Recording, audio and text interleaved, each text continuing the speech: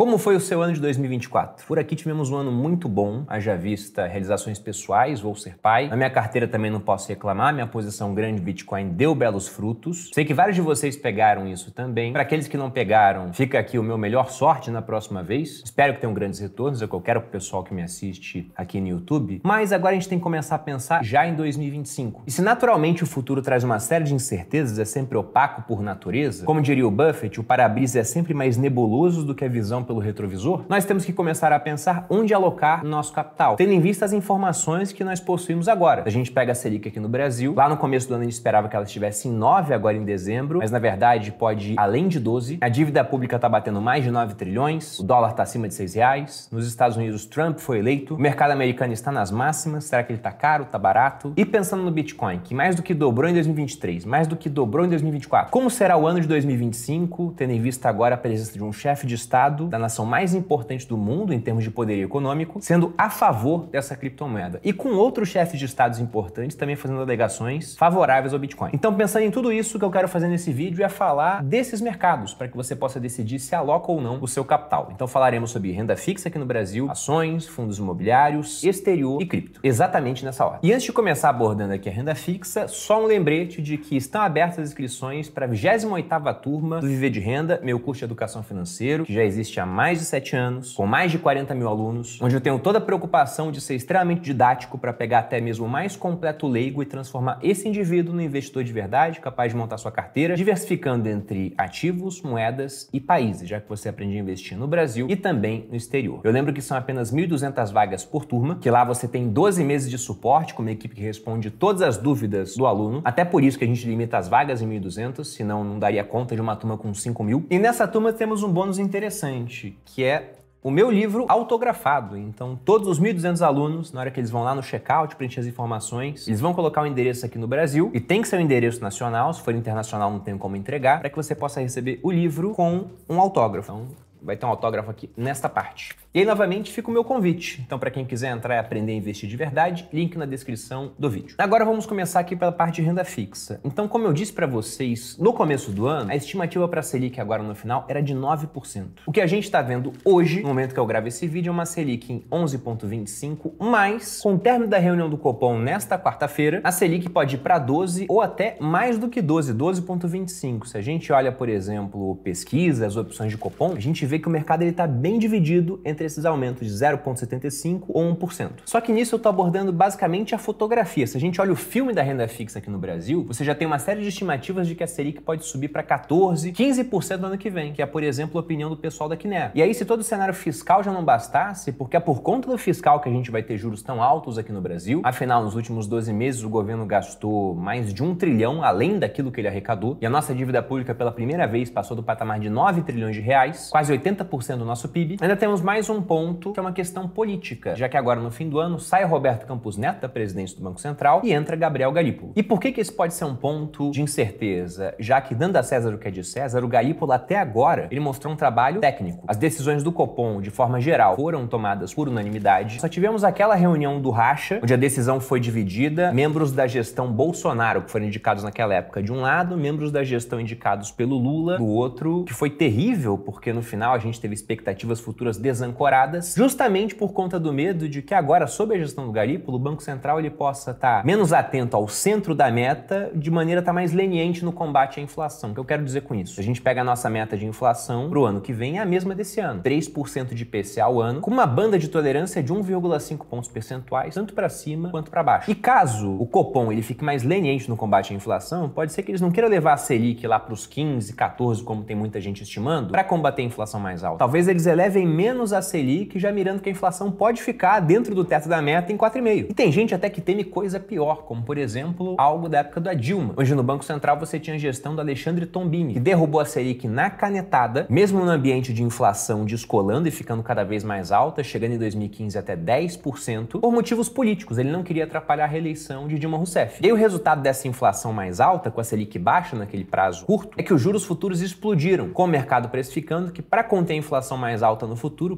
precisaríamos de juros mais altos. Mas, como eu disse, isso é um receio do que pode vir a acontecer. Não acho que é o cenário base de muita gente. Eu, francamente, espero que não aconteça. Bato na madeira 3 vezes para que isso não venha acontecer. De forma que, se a gente tiver um Banco Central que realmente aja de maneira ortodoxa para conter a inflação, o que a gente tem na mesa para 2025 é uma Selic mais alta por mais tempo. E nos outros títulos, o que estamos vendo são prefixados pagando na casa de 14%, como você pode ver aqui na tela, e os indexados à inflação pagando na faixa de 7%, com 2029 pagando mais do que 7%. Nessa hora você deve lembrar que no mercado muita gente fala que IPCA mais 6 é muito bom no longo prazo. Bom, se IPCA mais 6 é muito bom, a gente pode falar de IPCA mais 7. Comprando agora e esperando a marcação a mercado ficar favorável, com a queda dos juros futuros, depois que a situação no Brasil ela se ajeitar, daria realmente para ganhar um bom dinheiro, igual aconteceu lá no ciclo de troca de governo de Dilma pro Temer. Agora a questão é que isso aconteceu por conta de uma troca de governo lá atrás. Será que para acontecer uma marcação a mercado favorável é preciso uma troca de governo lá em 2026? E se isso for preciso, né, será que vai acontecer? Pô, Bruno, eu odeio quando você fala de política, eu quero que fale sobre os investimentos. Mas não tem como excluir política da conta. Até porque quando a gente fala de investimentos, tudo vai derivar das taxas que você ganha para prestar dinheiro pro governo, porque no país é aquilo de mais seguro que existe. Então qualquer outra coisa tem que oferecer um prêmio maior para compensar o risco maior. E se o prêmio aqui em renda fixa ele tá tão gordo, é exatamente por isso que outras classes de ativos estão caindo, como veremos agora, já entrando na parte das ações no Brasil. Se a gente pega o Ibovespa nos últimos 10 anos, de 2015 a 2024, nós tivemos 3 anos de quedas, 13,3 em 2015, 11,9 em 2021 e atualmente, no momento que eu gravo esse vídeo, 3,65 em 2024. De maneira que nos outros 7 desses 10 anos, o Ibovespa ele apresentou altas, sendo o maior período de altas entre 2016 e 2020, pegando a reprecificação dos ativos de risco no Brasil, pós-impeachment da Dilma, até a época da pandemia, passando pela gestão tampão do Temer e o começo do governo Bolsonaro. E por que eu tô falando disso? Primeiro, porque você tem que entender que a Bolsa de Valores é um indicador antecedente do que vai acontecer na nossa economia. De maneira que a Bolsa cai antes da economia piorar. É inclusive o que a gente tá vendo agora. Muita gente não entende, poxa, como é que o Ibovespa no ano cai se eu vi outro dia que o PIB do Brasil tá subindo, tá crescendo 3%? Justamente por entender que no próximo ano a economia deve piorar. Se a gente pega o PIB do Brasil, fica na casa dos 11 trilhões, então 3% disso daria 330 bilhões. Só que para acontecer esse crescimento de 3%, só de juros da dívida pública a gente pagou mais de 800 bilhões. E se a gente pega os 2 anos de governo Lula, a dívida pública aumentou em 1,9 trilhão, o que é a mesma coisa dos 4 anos de aumento da dívida pública do governo Bolsonaro com uma pandemia no meio do caminho. Então o ponto não é o que está acontecendo agora, o mercado sempre olha o que deve acontecer lá na frente. E aí, se para ter esse crescimento do PIB foi necessário emitir muita dívida, aumento de dívida pública, expectativa de inflação mais alta, para controlar essa inflação, como vimos na parte de renda fixa, deveríamos ter juros mais altos, o que acaba derrubando o preço das empresas em bolsa de valores e prejudicando o crescimento econômico, já que esses juros mais altos acabam freando a economia. E o segundo ponto já ligado a isso é que se a bolsa piora antes do mundo real piorar, como eu disse, ela também melhora antes da melhora do mundo real. De maneira que se a gente tiver uma mudança na dinâmica aqui no Brasil, a bolsa pode reagir de maneira muito rápida. E aí cabe a você se perguntar, teremos mudança de dinâmica em 2025 ou isso deve acontecer mais pra frente, 2026, 27, adiante? Na minha visão, como em 2025 teremos o mesmo governo, eu acho que a dinâmica será similar àquela que estamos vendo agora. Mas eu torço para estar enganado, porque todo mundo fala que a bolsa tá barata, mas estar barato não é gatilho para ficar caro. Ela pode ficar barata durante muito tempo, se é que está barata mesmo. Porque olhando aqui as estatísticas, veja que o preço-lucro da bolsa hoje está em 8,4. E se a gente pega a média histórica, ela fica na casa de 11. Ou seja, estamos abaixo da média? Sim. Estamos muito abaixo da média? Não, não tanto. Ah, mas essa média ela também está sendo trazida para baixo porque Petrobras e Vale, que são muito significativas, acabam puxando ela nessa direção. E aí, por conta de commodities em preços mais baixos, medo de ingerência política na Petrobras, as empresas estão prejudicadas. Vamos pegar outra média, retirando tanto Petrobras quanto Vale. Ela fica em 10,22, sendo que a média, sem essas duas empresas, fica em 12,15. Ou seja, estamos abaixo da média? Sim, uns 20% abaixo. Isso quer dizer que a gente está muito barato? Não, a gente está barato ou no máximo no preço justo. Só não dá para falar que está caro. Contudo, aqui eu tô olhando uma média simplesmente. Se você olha algumas empresas específicas, tem coisa muito barata em bolsa de valores. Empresas, inclusive, que tem o seu preço caindo durante o ano inteiro, enquanto os resultados estão melhorando, de forma que peneirando você pode achar ótimas oportunidades para colocar na sua carteira. Até porque, como o mercado financeiro brasileiro é ineficiente, tem poucos participantes, até tem bastante informação, mas quando a informação chega nos participantes, alguns não conseguem simplesmente entender o que tem que fazer com aquilo. Então tem muita oportunidade aqui no Brasil para quem consegue peneirar melhor, fazer um stock picking, que é totalmente diferente da minha visão para o mercado americano, mega eficiente. De modo que essa dinâmica de preços em queda, mas com algumas empresas tendo fundamentos que continuam sólidos e melhorando, costumam trazer boas oportunidades. E aí você tem que decidir se vale o seu esforço ou não, porque aqui no Brasil eu acho que vale mais a pena você fazer esse tipo de gestão ativa. Talvez você tenha menos tempo para o mercado e queira simplesmente comprar um ETF. Se for de Bovespa, bom, você vai estar aos sabores do índice, que não foi bem esse ano, e ano que vem vamos ver como é que vai se comportar. Mas com o juros subindo e a gestão econômica continuando como está, fica mais difícil o índice se mover numa direção contrária. Algo que pode dar um alento é o mercado internacional. Se o juro lá fora cai, pode ser que a bolsa aqui suba. E aí, já que falamos de bolsa aqui no Brasil, a gente fala bolsa mesmo como sinônimo de ações, mas vamos lembrar que temos fundos imobiliários sendo negociados também em bolsa de valores. E se a gente pega 2023, foi um ano bem positivo para fundo imobiliário. Eles subiram 15,74. Já nesse ano, temos um patamar bem diferente, com uma queda até o momento de 10,21. Poxa, Bruni, por que essa queda aconteceu? Pelo mesmo motivo que a subida aconteceu no ano passado. No ano passado os juros caíram, esse ano os juros estão subindo. E, novamente, eu falo tanto de Selic, que vai acabar o ano num patamar maior do que no começo do ano, quanto de juros de longo prazo. São os IPCA+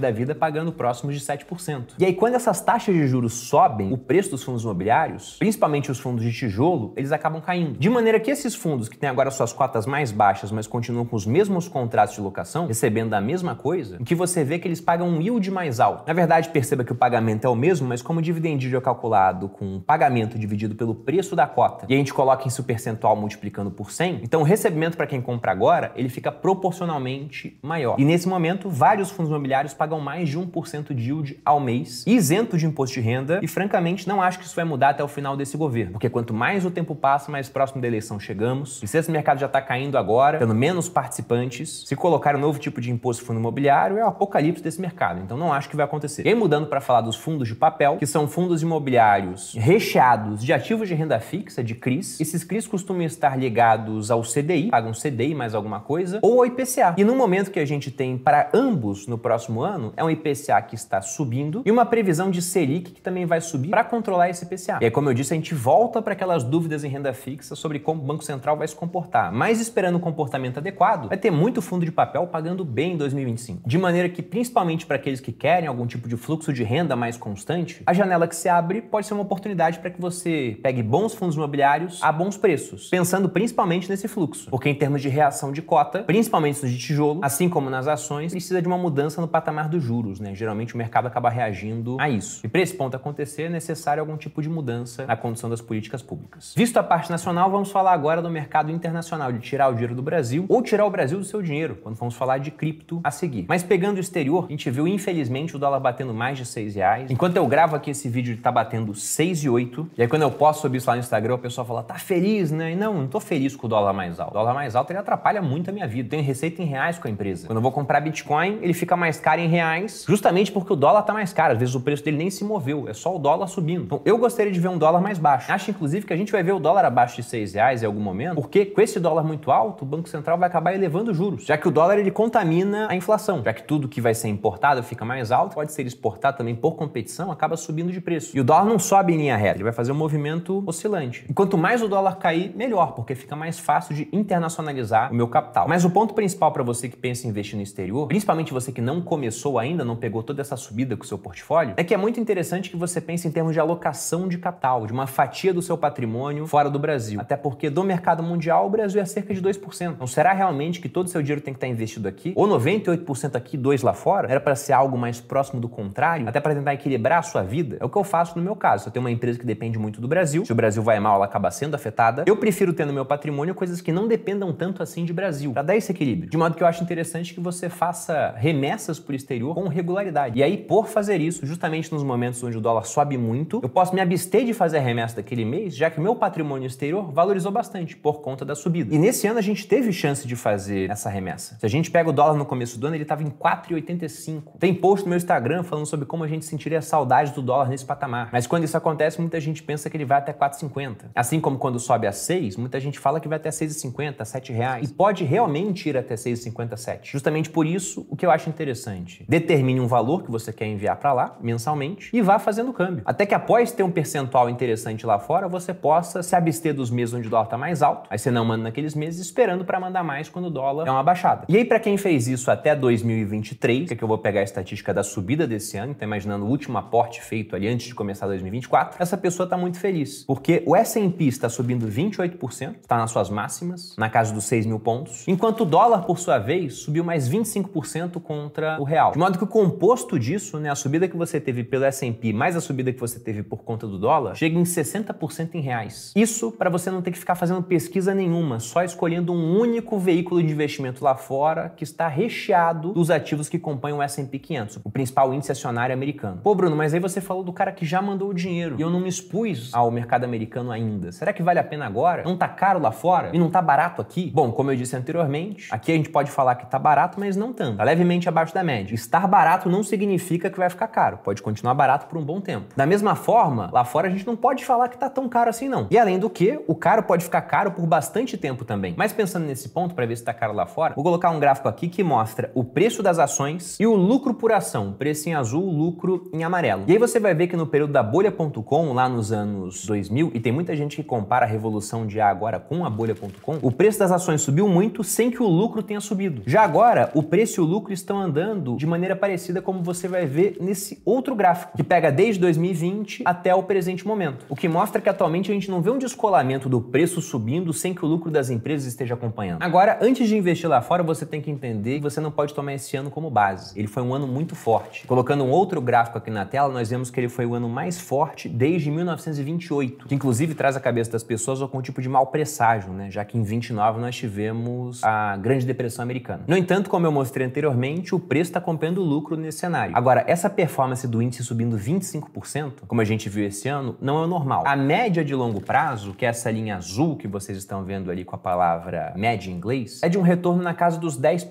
Se a gente pega uma média dos últimos 10 anos, ela fica na casa dos 12%, ligeiramente superior a essa média de 10%. Só que eu tô falando de retorno em dólar. Como a média da apreciação do dólar contra o real também fica na última década na casa de uns 10%, então em termos compostos, falando de uma subida de mais ou menos 23% ao ano. Se ela fosse constante, a cada 4 anos você dobraria o seu patrimônio, que na minha opinião não é nada mal para você escolher um único veículo de investimento sem muita pesquisa lá fora, que é o S&P. Agora, tudo que eu falei aqui são médias. Pode ser que você invista no mercado americano naquele ano o mercado caia? Sim, isso pode acontecer. E eu vou lembrar que quando cai lá fora, geralmente cai aqui também. De modo que o mercado americano pode subir descolado do nosso. Mas geralmente quando ele cai, o nosso cole cai junto. E um último ponto relevante para lembrar de exterior é que ao longo de toda a minha vida como investidor, eu sempre acompanho o mercado americano com juros muito baixos, inclusive durante um bom período com juros zero. No entanto, agora o que a gente vê lá fora são juros na casa dos 4%, sendo que muita gente acredita que o governo Trump inicialmente pode ser inflacionário devido à criação de barreiras protecionistas contra produtos de outros países. Há pouco tempo até ele ameaçou criar barreiras de 100% para países que querem usar outro tipo de moeda, como por exemplo aquela ideia de criar uma moeda dos BRICS e não o dólar americano. E aí para conter uma inflação mais alta, os juros também ficam mais altos. Não pode ser que a gente veja o mercado americano pagando juros substanciais. Mas o que tem na mesa agora são juros na casa de 4% para vários intervalos de tempo, inclusive para a dívida pública com vencimento em 30 anos. Ganhar dólar mais 4 ao longo de 30 anos, como eu disse para vocês, dólar sobe mais ou menos uns 10% contra o real na média, pode ser, na opinião de muita gente, bem interessante. E por último, mas não menos importante, vamos falar de criptomoedas, principalmente do Bitcoin. Então, para quem acreditou no Bitcoin ao longo de 2023, 2024, principalmente para quem comprou lá atrás em 2022, como eu fiz, vou colocar aqui a thumb daquele vídeo 2022 emblemático, comprando Bitcoin adoidado. Inclusive, acho que a gente podia imprimir essa thumb para botar no cenário, um quadro assim,